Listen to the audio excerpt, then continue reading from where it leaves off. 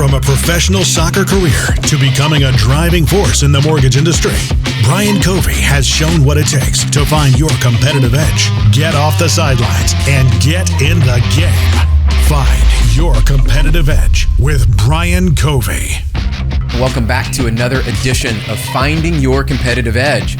So I'm going to tell you, this is a special one because not only is this going to be our 100th episode, but also over the last 5 years, I've spent a lot of time at where this president is actually going to be on the show with us and talk to us about a very important piece of my life, which is community, fitness, friends, and how all those go together. So we've got the president of Iron Tribe Fitness, Karen Broadwater. Not only she has a workout named after her, I'll tell you guys, and one of the toughest workouts that we've done in the gym, but she has been able to build over the last 12 years a very successful company. There's tremendous amounts of franchises. You may have heard of Iron Tribe Fitness, and you may be thinking today, well, what are we going to learn today, Brian? Guys, we're going to talk about everything from health and fitness, team building, recruiting, and attracting the right people to your team. So you're going to get a mix of not only fitness and health and how you can become your best, but I also want to teach you guys the entrepreneurial side, the business side of what we got. So we've got a special guest for you. Make sure you buckle up, and we're going to get jamming. Karen, welcome to the show. Thank you so much. I'm thrilled to be here. And on episode 100, I feel so honored. It's kind of a big deal. It is a big deal. Yes. It is. Well, one, that the stats are not in most people's favor for podcasts. Right. If you just look at most of them drop off after 10. So we're getting to 100, which is cool. But I also think that's going to tie into something we'll talk about today is discipline and how fitness plays into that and things that are there. Let's give them a quick little 30-second bio. President of Iron Tribe Fitness. Let's tell them something maybe they don't know about you. Yeah, president of Iron Tribe Fitness. I originally started as a member, about 60 pounds heavier than I am today. So it was a transformation for me personally.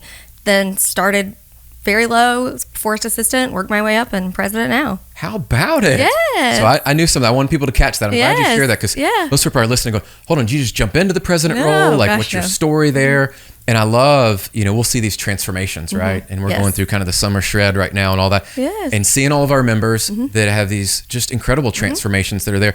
Walk them through a little bit. What was your journey like? Like losing that 60 pounds. I'm interested too. Is like, what did you do through that to achieve that? I mean, obviously, listen, I think everyone should have a coach in their life. I think you agree with that. Amen. And so fitness coach, health coach, whatever that looks like. So at the time I was ignorant. I was a kid. I'm 25, 26. So really just listening to what the coaches say, even if I wasn't certain. Like I think you need to lean into someone who is an expert in what they are doing. Leaning into that, listening to nutrition, fitness, staying consistent, just like you said, getting in workouts and noticing that I think the feeling changes before the body changes, and being so proud of yourself for even just showing up to the gym was the first steps of noticing, I think this is life-changing, Yeah. And then eventually 60 pounds later, you actually have a completely different body, a completely different mindset, and a different belief that you can almost do anything. Oh, I love that. So I had a mentor share when you were saying that. I thought about this. He said, you can act your way into a better way of feeling a lot faster than you can feel your way into a better way of acting. Basically what he's saying was like, when you show up and start working out, you're going to feel better. You took an action first and then the feeling came after of it. Yeah. Yep. What was the hardest part for you as you're going through that transformation you had? Physically, the hardest part is probably learning really just the discipline of it, realizing that the consistency of it is better than the high of I'm going to go 10 times this week, but like 3 times a week, eat consistently and do that over a certain period of time is going to produce more fruit than trying to just go all in, do everything at once and fall off and be exhausted and probably give up. Yeah, we talk about this. We have some friends, I won't call them out on the show, but they're like what I call the weekend warriors. Yes. And they will try to fit in a weekend and they'll go play. My soccer friends you'll know who you are. And they go try to play 2 and 3 games on a weekend, but they haven't trained all week and they're wondering why injuries or they're not getting results in other areas. So I love that you brought up consistency. And the Iron Tribe classes, I'll put a little plug in. There's so many options through the week. So many. And what I love too is like picking those classes, being consistent all the time. What was kind of your regiment when you went through that? Were you a 3-day, 5-day a week? What were you starting to build out through that? I'll say at the time, I was really seeking a community. So at the time, I would go there 5 days a week. If anything, just to be social. I probably shouldn't have as far as physically, but if anything, to be social. And I met the community and it was life-changing. I was drinking the Kool-Aid per se. But definitely I've calmed down to 3 to 4 times a week now because it's sustainable and keeps me in shape and I'm able to knock out what I need to do. I love it. And you started as a member, which I think is kind of cool, is this transition that people are probably wanting. Okay, start as a member. You kind of fall in love with the process. You get results, so you're enjoying it. And something you said earlier, too, that stuck out was being coachable. You know, we had our 7-year-old this last weekend, 3v3 tournament. And these boys are out there, they're 7 and 8 years old. Yes. And to be coachable, it's their first time playing 3v3, and we're trying to organize them. We're teaching them, here's what's different about it. And they're so coachable. And I think about an athlete, whether it's fitness or wherever, how important was the coachability? You said you've got to have a great coach, which I sign up for. Have to. But what were some of the things that you look back and you're like, man, I'm glad I was coachable in this area that helped you move the dial forward? Yeah, specifically, there was a entry program at the very beginning, and I bypassed that just because I was one of the original members. And I remember specifically Forrest coming up to me and he's like, hey, I actually want you to now go back through the beginner program. And that was a little humbling to hear, like, oh, I'm already working out with everybody. And so to have to step back and be coachable, to realize that sometimes the foundation should never be overstepped, even if you possibly already know them. The relationship with the coach created much more of a stickiness in my fitness, because I wasn't just working out with friends. I had a coach that walked me step by step through the basics of fitness and nutrition, which is what ultimately really humbled me. But then the stickiness, it just stuck around. I love that. Yeah. We have some beliefs within our team and some of the groups we work with. It's like everybody needs a great coach in life. Yes. Right? You need to find that coach. And I do love that about Iron Tribe. Is we've got several great ones. I'll plug Austin and Casper and the guys down in Franklin. Studs. They're our crew. Like I was in this morning and Justin was coaching, and like you just look forward to it. Just their energy, their attitude. And when you show up, I think a lot of people try to go through this by themselves. Yes. And I've been in seasons of my life, I've tried that. So I'd love you to talk about the differences between, there's people in a camp today, either they're afraid to go into group classes because whatever reason, right? We all have our own idea of, man, I can't do this, or I'm overweight today, or I'm out of shape today, whatever it is. But the importance of having the group fitness and why Iron Tribe and why that is really proven to work and be sustainable. Yeah. So I'll actually touch on the fact that I think it really makes me sad in society today that people often try to do it on their own, out of their own insecurity. So like they don't push through to the next best level of themselves. They hide, they play small, and they sit at home and they don't change. Whereas ultimately, I like being around other people that I'm not comparing myself to, but I think we always need someone around us that inspires us. So it's not necessarily you can lift more than me, and that gets in people's heads, right? Yeah. But the group environment of if they can, I can. I mean, there's 80-year-olds in the same class that I'm in, and if an 80-year-old can show up and maybe lift less weight or do what I can show up to. And so if I can look at that as an achievement with other like-minded people around me there for a specific goal in a 45-minute workout, all coachable, all doing different workouts in the same class, it creates an environment that I want to be in, and one where I don't necessarily get lost in my own thoughts and my own insecurities. I'm able to look around and find inspiration in any class. I love that. Well, I've had several of those. One of them was your workout, by the way. So we got to plug that. Let's tell everybody, what is the Karen? Because we just did it a couple weeks ago. It's named after you. How did you choose this? I feel like the Karen has such a bad name now in society. But I loved it, by the way. Thank you. It was a quality workout, which required me to show up and compete. Yes. So the workout was actually a surprise. It was a gift to me on my 10-year anniversary of working for Iron Tribe. I show up in that program and I had no idea. And so it was something Forrest, Kyle, people behind the scenes pulled together and created it and presented it to me on my 10-year. So I wondered, I was like, okay, did she choose this? Yeah, Because, some people, they have their go-to workout or movement, right? And they're like, I'm going to put all this together. I'm like, surely you didn't choose this to go together. I actually like all those movements, but yes. But I think that's also one of the things I've noticed is people always talk about getting outside their comfort zones. And so I'd love for you to talk about that is, I've found, and you said that a minute ago, I love that because we're not comparing, right? We have a perform group. We have people, you said all different ages. We have people that come in that can do things really well over here. In other areas, they're still learning and growing just like I am. Absolutely. And what I love about that is everybody's showing up to compete with themselves. And a lot of times you'll repeat a workout and you can see, have I improved? Have I gotten better? So let's talk about getting outside your comfort zone. Because a lot of people, you said earlier, limiting beliefs, they have their own limitations. It's probably why they don't show up. I think getting outside your comfort zone every day is the key to growth. 100%. Yeah. So how's that working for you? And how's that kind of program in with Iron Tribe?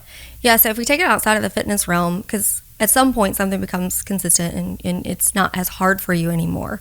And that consistency in fitness just isn't as hard. But one thing, actually, like this podcast is out of my comfort zone. So we do an annual offsite with our leadership team. Myself, Forrest, and Kyle are on the leadership team for Iron Tribe. And we speak into each other what it is we want out of you this year, period. And here's the deal. I don't let my team down. And I won't tell them no if I knew they thought about it and really wanted it for me. And we have the same respect. So speaking to Forrest, speaking to Kyle, we decide, and then there's me. And it's, you're going to be on stages and on podcasts, and you're going to show your ownership in Earn Tribe, and you're going to make us proud this year. And so I had to make a commitment, and I'm, 6 months into it now, and figuring out, and I'm so uncomfortable every time still. I don't know if I'll ever get comfortable with stages and whatever, but I'm thankful they believe that I have a story to tell and that I can inspire, and I'm even like rubbing my hands. And so that's ultimately getting out of my comfort zone now, but the fruit of it is amazing when you get out of your comfort zone. I just left a conference. I flew in last night from another conference, and the people that come up and they're like, I listened to your podcast and I did this and I changed this. And I mean, I had no idea, especially a quick return like that, 6 months. I just listened to every podcast you've ever done. I'm like, who am? What? Okay. It's not about me, but the fact that they are like taking tangible action items. I did this in my staff meeting, and then this staff member did. I am humbled, flattered, amazed, and so thankful that my team's pushed me into this, because I don't think I realized I had as much to give. And I'm not saying I have everything to give, but I'm thankful that they pushed me into it, because it is something I'm enjoying, even though it's just not comfortable, which that's the point. That's it. New things are never comfortable. You know, like we're teaching our youngest how to ride the bike and do all this stuff. And you think about like, when you're youngest, they start to walk, or you try something new. It's always uncomfortable in the beginning. But I love that you're doing that, because I think it's part of every leader's journey. Is really, we talk about public speaking. Number one fear for most people in the world, right? And they get so uncomfortable. But the fact that you're leaning in and doing it. And I remember a couple of years ago when we started the podcast, it's been 3.5 years. And I remember thinking, I don't want to do this, but I know this is an area I need to learn and grow in. I'm going to be an example for others on the team and other leaders that we say we produce leaders. Well, if I'm not willing to do it, how can I go, guys, I think you need to go do this podcast stuff. And they're like, yeah, where's yours? And it was a very much an awakening time. So walk us through this journey, because you just started the podcast. I've seen you out there more, and we'll dive into some of the leadership piece, because I love some of the principles you've shared. But outside of being challenged and kind of saying, okay, Kyle and Forrest said, hey, you need to go do this more. What was maybe some of the other reasons you started, and what you've experienced since you've started the podcast? So other reasons I've started is more like, I think everybody has this deep feeling, I hope everybody does, that they're made for more. Because I believe that. And I think the worst thing to do is lay in bed at night and only think that and not take action. And so I've always felt I have a story to tell, in a small group, in a big group, and whatever it might be. I have knowledge that I have made a million mistakes from and learned from. And I knew I had a message for someone out there, but it was contained in my own fear and my own imposter syndrome, in my own head and my own, what will people think? All of a sudden, because when you put like, hey, here's how you should lead, you better lead like that. You can't just say it. I'm terrified that my team will come back and be like, Karen, actually, you're not really that good of a leader. Stop talking about it. But really pushing through and getting through that, and making certain that I'm able to figure out what it is that my messaging is. But I also, in my team pushing me to do this, it is what I wanted to do, but it was uncomfortable, and I don't think I could have done it until they told me to. So I had a desire, but they pushed me to actually do it, and I feel really good about it. That's cool. Well, I'm proud of you for doing it, because most people don't even do it. And like you said, I love the fact that you point out you have a desire, you know you're created for more. We always say, like, God created you uniquely, you, and you have these experiences and gifts and all this you've been through, and it wasn't just for you. No. It was for you to share that with people and inspire them. One of our groups that works with brand builders, I'll plug Rory and AJ, is they always talk about you're most uniquely equipped to serve who you once were. And so you think about, like, you're losing 60 pounds. You're stepping in as a member and moving up through now to president, right? Like, you're showing people that are in those earlier stages where you were, it's possible. And sometimes they just need one person to show them the way that they've gone through it. So talking about the future, so you got the podcast started, you're starting to speak more. What does that start to look like for you? You kind of envisioned what now the new Karen, like 2.0. What are some of the things that you want to be doing more in? Gosh, that's a great question. Ultimately, I genuinely have a massive passion for the service industry in general. Where I'm in a service industry, fitness, I really have a passion for entrepreneurs understanding that people matter more than anything else in their business. And I know that's a concept that you hear all the time. It burns inside of me. I truly believe if you can get your people right, then you can genuinely change the world. Like in any business, I think you can walk into a restaurant and your hostess can make good money. She can provide for her family, she can love her job, and you can figure out a way that the restaurant wins because she wins, and vice versa. It's just that cyclical. So within fitness, our main motto internally is we create careers in fitness. It's not, we change lives, we do all the things, but it's not about the fitness. It's about the people that we employ and making certain that they love what they do so that the end result is the client has a great experience and they stay with us. Oh, yeah. Hey guys, it's Brian here. I hope you are enjoying the show. By the way, if you're an entrepreneur or a solopreneur looking to grow your personal brand, make a bigger impact, maybe increase your leads and grow your revenue, let's help you get started today by connecting up with my friends over at the Brand Builders Group. You've heard me talk about them, but if you're new here, this is definitely the first step to get you started in turning your reputation into revenue. Head over to freebrandcall.com/Brian Covey. Again, to set up your free brand call, go to freebrandcall.com/Brian Covey to set up a free strategy call with one of the team at Brand Builders, and they will dive into your specific goals for how you want to grow your personal brand. I can't wait to hear how it goes. I went 5.5 years ago for my first class with a friend of mine that invited me there. And it was very much that experience. And even though there's been some changes in coaches or changes, like members come, most of the members are still there, and it's kind of cool. You're like, man, I have this like community and tribe, as we call it. So let's talk a little about leadership, because you touched on a couple of things I think are important. Service industry. Gosh, I've been in financial services now 2 decades, and seeing that, you're right. There is a big void, I think, today around leaders. Yes. And one you said earlier too is this: what they say and what they do. Yes. Do they really care about their people? And I always look at, are they growing the next generation of leaders? Yes. Or are they just... They're task managers now. That's right. Just kind of managing, micromanaging, babysitting, people might call it, and all that. Help me understand what your definition around leadership and what that looks like for you. I'm actually glad you used the term micromanaging, because I think that's actually ruined leadership, that 100%. term. You should micromanage, but the term isn't a bad term. You should, like, one thing I was actually talking to one of our Iron Tribe managers this morning is, you as the owner of a business are on the bottom of the totem pole. You are supporting everyone else in your business. You're not telling them what to do. You're helping them do what they're there to do better, and enjoy it, and pour into them, and multiply leaders, not taskmasters. A lot of businesses create lists and roles and responsibilities, but when someone comes and asks you a question, hey, how do I? Do you give them the answer, or do you teach them the why and then how they could teach someone else? And oftentimes people take the task, I'll just do it, or take the task and say, it's this way. And it's a very frustrating end. I tell everyone, take twice the time to build a leader in an answer than it is to take one time to just get it done. And it's hard. It's hard because you're frustrated, you have other things to do, and you're very busy. But the number one thing that I make certain, because right now I can tell you, if you walk in most of the Iron Tribe gyms, you do not know who owns it, runs it, or coaches it. They are all equally ownership minded because they have been trained in leadership and how to run a business. Yeah. They understand.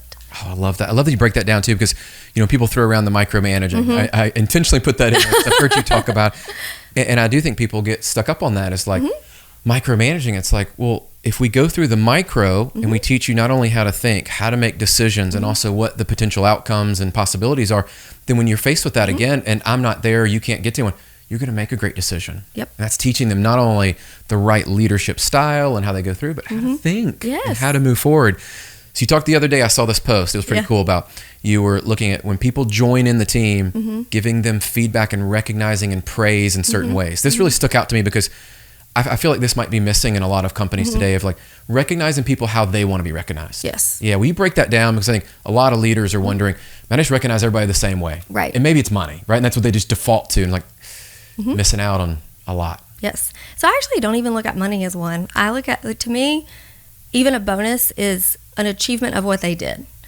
That's not a personal praise. That's not a let me fill your cup as a human. And I think we often try to fill people's cup through business practices, and we need to fill their cup through human principles.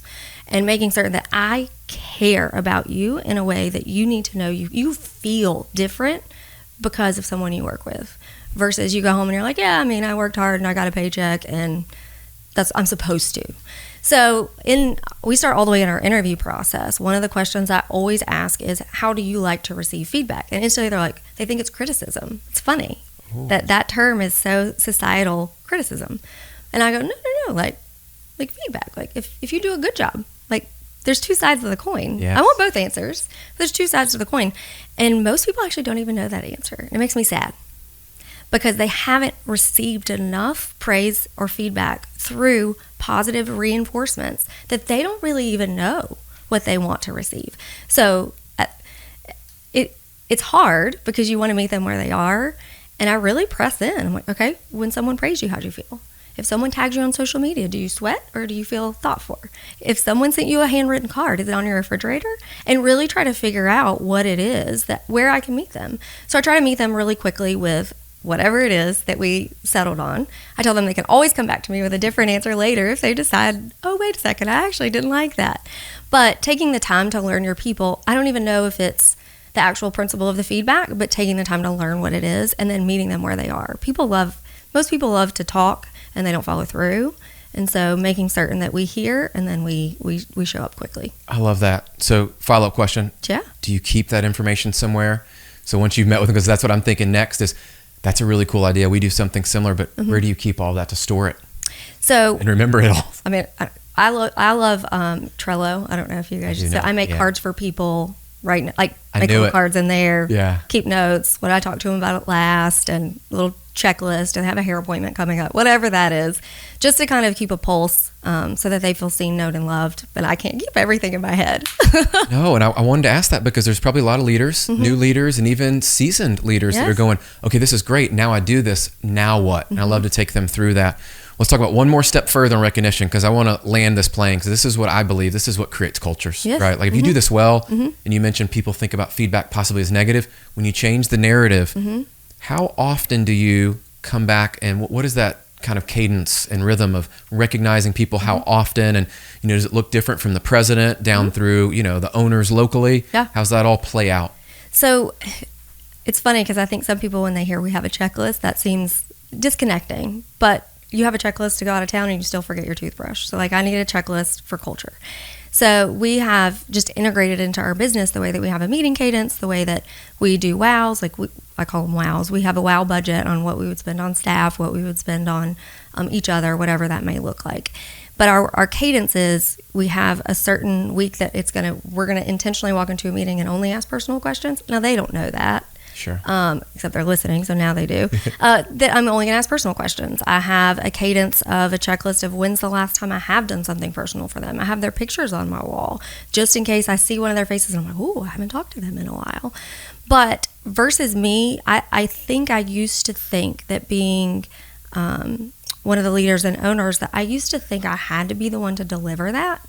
And I have really intentionally created, hey, if I put you as a coach in a gym, I tell the manager their specific feedback. Now it's your responsibility to carry it out. Doesn't mean I won't come back. Doesn't mean I won't reach out. Doesn't mean I won't send a text, tag them on social media. But it's not my responsibility because I'm not their leader. So creating leaders to lead others frees me up as a leader, but also allows them to feel that feeling of leadership. I mean, you're in leadership. It feels so fun to create other leaders. I know you're not the center of attention anymore, but are you not more proud of the people that lead now than if you just had a whole team of a bunch of doers? So you just said something that is near and dear to my heart, and I realized this a few years ago, and it was a gap that I saw, and it was in my own journey, is there were a lot of leaders that created one next level of leadership. Yes. And they were really good there. There was this massive gap I saw of leaders that created other leaders that created other leaders, and that just continued to go on. And I saw it, and especially in the financial services world, like it stops. Yes.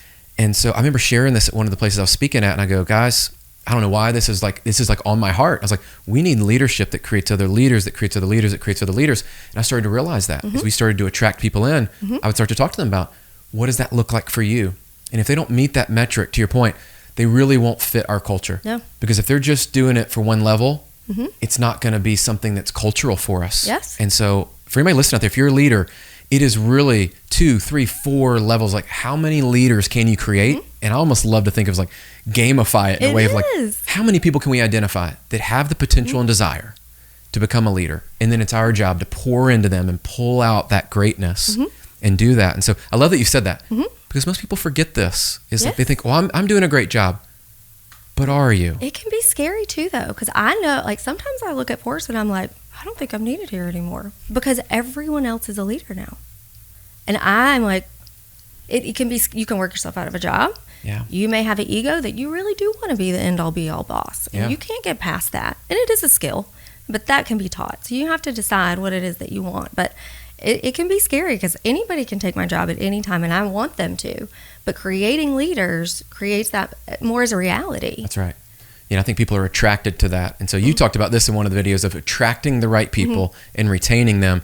We've been talking about attractive leadership for a while. I don't know if you use that term or if it's something there, but what do you think about attracting the right people to your company? Because a lot of leaders, and I was guilty of this for years, is I would just hire people based on the wrong criteria. Sure. Like, are they producing? You know, do they present well? Like, whatever it is, they have good numbers. It was like metric driven. Yeah. Like, ooh, I didn't hire for culture, and I wasn't really hiring for that next level. How do you know when you're attracting the right people that they're the right fit for your organization? I would say we do start with a personality profile that is helpful in foundationally deciding, do we want to move forward with a conversation? Doesn't make or break anything. So starting there is huge. Actually, I'm going to backtrack a little bit, because I think what you just said is important, that I went from being a terrible leader. I mean, terrible. Shouldn't have been a leader. I was still a doer. I didn't realize the mindset of changing from a doer to a leader. And in that, you create a culture that isn't one that attracts people. And so when you decide you need better people, that transition feels defeating, because you can't, no matter what you do, you can't prove to someone else, I'm ready to lead you, you know? So making that transition was really hard. Now it's easy because we've created the culture and everyone wants to work with other people that we have. However, back to your question on just attracting people. At this point, I will say, because we did the hard work, because we let go of the people we needed to let go of, which is it's a hard thing for people to face, the majority of your culture will change if you fire people. Now, advice, and I know you know this, you have to look in the mirror first. Have you done everything for them that they could do to be successful? Yeah. Do that. If you can lay down at night and know that you've given them every tool, every resource, you've annoyed them with accountability to the level they're like, I hear you, then let them go and hire the next person better and onboard them better. But attracting people becomes easy when you have a team of people thriving, loving their job, and I put them on interviews before me because I want them to just be honest and say, this place is awesome, or here's their faults. Yeah. You can ask them any question. So creating a culture of authenticity, I think, has really changed to attract everyone. But we do a very thorough interview process too, whether that's they meet with the team, they meet with, doesn't matter what role you're going to meet with a coach, you're going to meet with a manager, you're going to meet with me, you're going to meet with HR, you're going to talk to our training directors. All levels culturally have to intertwine, not just because you're a manager, you're going to meet with other managers. Well, no, you need to understand what a coach goes through. Yeah. So taking them through all of that, having conversations, asking questions that are a little outside the norm, really getting to know people, and creating an experience for them in the interview process sets us up to have a better relationship no matter what. I can tell it. And I love this because this is where we started to make shifts in our own teams as well. As you've heard the adage, I'm sure, of like, hire slowly, yes, fire fast, yes, and all that. And it really clicked for me through this process. We do the same. We have them interview with multiple people. We fly them up to Columbus to our headquarters, and we have them talk to people that are on the team. And it's full open transparency, because what I want them to realize is, as you go through this, you're going to meet people that are here, and we just are who we are. We're not perfect, right? And you're going to find out all the things we do well. You're going to find out things that we wish we were better at, and we're working on them. And if that fits, then man, join, because it's very collaborative. That's the kind of the word I was thinking when you were talking. I was like, that seems very collaborative. Like, I'm talking to this person, talking to that person. I know if I'm a fit. You know if I'm a fit. And then we can mutually say, okay, we're going to join forces on this, and then we're going to move forward. So, well, you know what else it does is it edifies your other team members. If a coach is interviewing someone for me, for a management position, they feel edified in, they're including me in this. I'm a leader too. I can do this. And so bringing everyone along the journey, I mean, everybody wins, and it's fun. I love that, because that was what we realized. And it was not intentional at first, but it was one of those positive unintentional consequences in a way of like, wow. And they got to really flex their leadership and go, hey, Brian, I like this about that person, but hey, here was a couple things you need to know. And I wasn't able to pick up on that. Didn't come up in our conversation. And so for all the leaders out there, listen to this. Is going to be part of your process today that you implement as you go forward. Okay. So I want to talk about this because I saw it the other day, and you guys are looking to open more franchises, right? And so for everybody that doesn't understand the model, there's multiple different ways to get involved, but I'm sure people are wondering, like, okay, I like this culture. This is kind of my pace. I like fitness. Maybe where do I fit into this and build a career? What does that franchise opportunity look like in today? Yeah, so currently we own 9 corporately, which I know there's different ways you can go in a franchise. Some don't own their own. We believe in owning our own because we are a culture-based business. I do need to do the work. I do need to be with the people, for me personally. We franchise out. We have 20 franchised currently and then 5 in development. So the opportunity, I'll tell you not the opportunity. I'll tell you the who of who we want involved is exponentially more important than anything that we do, because one of our missions is we create fitness communities that changes lives, not the client's life by themselves. We want the franchise owner that maybe has already owned a business, maybe they're in their 50s or 60s and they've done something that just, it made them a lot of money or was able to take care of their family, but the deeper purpose of feeling like you're making a difference just hasn't happened for them yet. Or the person who's super passionate about fitness, but I mean, just like the E-Myth, you shouldn't own a business. And you need to look in the mirror and realize that you could find a different career, a different way to not start from ground zero, figuring out lease negotiation, development, real estate, and construction. You love fitness. So start with somebody who's already gone through and messed it up and now has a system for you.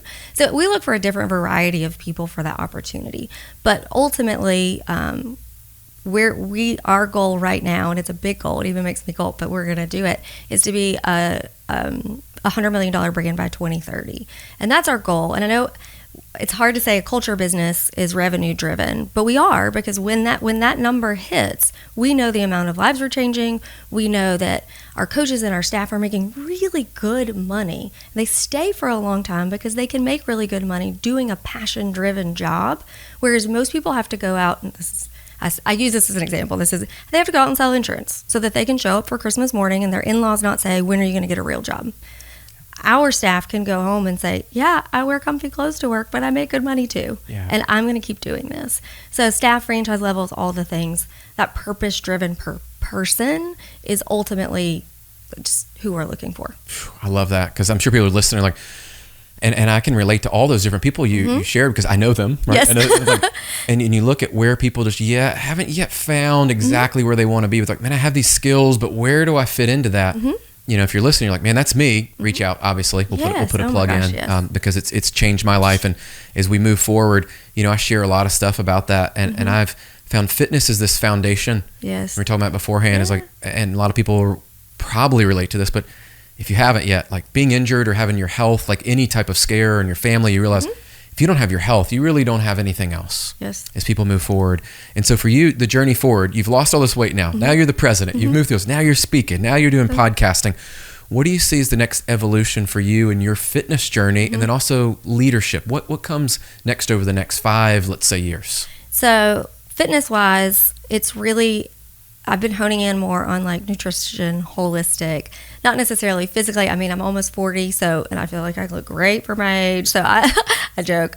All my friends know I have this big ego, but gotta have, when you work out hard and you treat yourself well, it's like that's the goal, though. Yes, isn't it, right? I know. I wouldn't. I mean, it's just confidence. I don't look in the mirror and hate myself at all. I really don't. Nothing arrogant about confidence. No. Yeah. So I feel like I feel good about myself. I want to make certain that I'm making very healthy decisions that allow me to be 80 cognitively aware, and that my body is a system for fuel for all of that to work amazingly, versus, I'm just going to live my life and have fun. There's the balance of, I will be 80 one day. I will hopefully be 100 one day.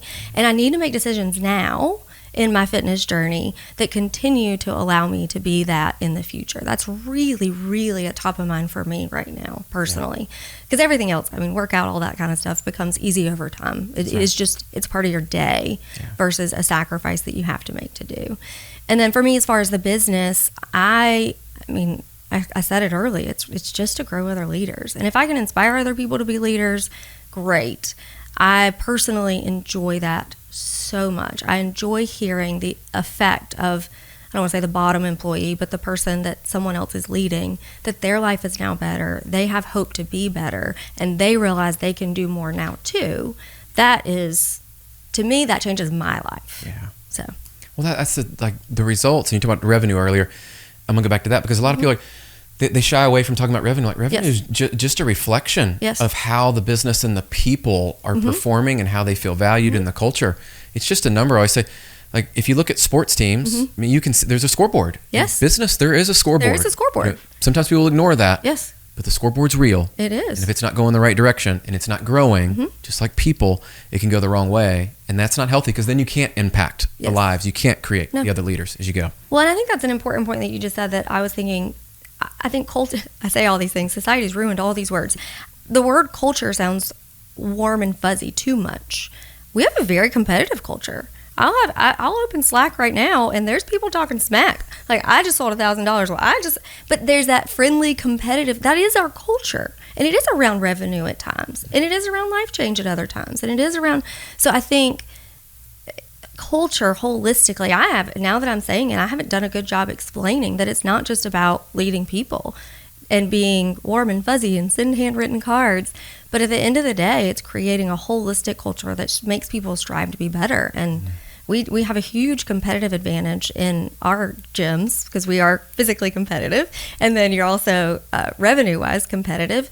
But I think we've done a really good job teaching that the revenue is the measurement, not necessarily the reward. I like that. Well, I think it's good for them to hear that too, because we always say mix the two of care and competition. Yes. And they blend together really well. And the show being Finding Your Competitive Edge. I'm curious for you. I've been listening. I think I know a few. What do you think your competitive edge is? What's helped you get to, president of Iron Tribe, and then you've got all these other accomplishments you're doing now. What's your competitive edge? I really believe it is being in an environment and now creating an environment where failure is not looked down upon. And creating the safety to fail. We have a rule. You can mess anything up, and we'll honor your mess up. We'll teach you how to redo it. But that competitive edge of feeling safe so that you can try something you're not sure about. And so mine is, I have that environment. Forrest allows me to, he'll let me try anything I want to try. I've said yes to too many things and I wasn't great at it, but I got the opportunity to see if I would be. Same thing within our culture. If someone sells a membership that they shouldn't sell, that member will pay that for the rest of their life, but I'll teach the manager to not do that again, right? So I think mine is really realizing the value of failure is important because we try for more if we know we can fail. That's powerful. I think people are going to want to rewind that because that to me, I was thinking about that word empowering as you were talking about. Everything I've listened to today is how you empower people. And even our youngest kids, they're in elementary, our 7-year-old, and one of their keys to success is failure leads to success. And that's one of their keys. And I go, that is so true in life. And as you're sharing that, what a great place to work to go. And I remember my first boss even said that. He goes, you can screw up about anything and I can fix it. Yes. But I just need you to be coachable. So when I show you the right way, we're not repeating the same things over and over. And I remember that just stuck with me because it's a confidence booster of, my manager has my back. Yes, I can go do anything. I'm not afraid to make decisions because that's what typically a lot of cultures will have. So I love that you shared that because that was what I picked up on that's there. Okay, this last question. Okay. So if you're 80 years old, we'll fast forward to the 80. You're there. I'm going to be 100, but okay. Yeah, 100. Let's go because, hey, you're doing Iron Tribe. You're eating healthy. You're doing all this. It's going to be great. What is one truth that you would want to leave to either your leaders, your family, or someone? There's one truth that you know to be true, and you'd want to leave that as, guys, here's the most important thing that I've learned through my life. Why are you going to make me cry? I know. I would say that you actually are made for more. And I think you need to believe that in your soul and take action. Perfect.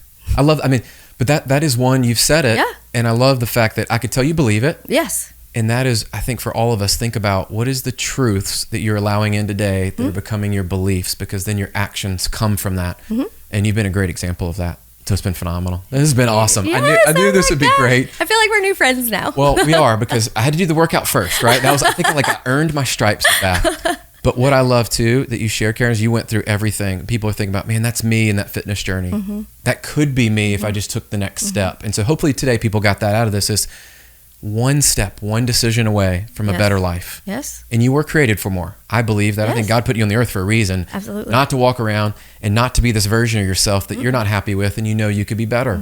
And the only person that can change that is you. Yes. So get around great people. We talked about coachability. We talked about leadership. So we unpacked everything. That's pretty cool. It exceeded my expectations. So thank you. Yes. Is there anything I didn't ask you? Gosh, no. You ask great questions. Even on your podcast that I listen to all the time, I'm like, he's the best question asker. So this lived up to my expectations for sure. Well, we'll plug my dad. Most people know this as a psychologist, so he asks questions for a living and goes to him like, man, that is a cool gift that he gave. And I'm naturally just curious. I love to learn about people because I think for all of us, there's people in our lives, sometimes expected, sometimes unexpected. They come in for a reason. Yes. And if you're willing to learn and grow from their experience, you can accelerate your own growth. Yes. And that's been in my life. I know we were talking about Ed before we started.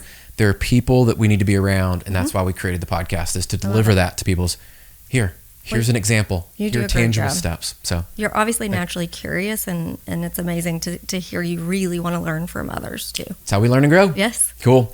Well, guys, this has been another episode, and this is a special one. So you know my just absolute joy and how much I have fun at Iron Tribe Fitness. You need to check out. If you have any questions, make sure you DM us and let us know if you have questions or things that have stuck out. I'm always interested to know what stood out on the show to you, and you have follow-up questions or something that landed and you've actually taken action from this. The goal of the show is not only to inspire you, but to create action for you to move forward. That's why we created it, to bring on great guests like Karen, to show you it's possible and to remind you you're created for a purpose and a reason. So make sure you like, subscribe, all that cool stuff. Leave us a review. And again, DM us if something landed. And we will catch you on the next episode. And make sure in the interim, make sure you find your competitive edge and use that in the service of others. We'll catch you on the next one. See you guys.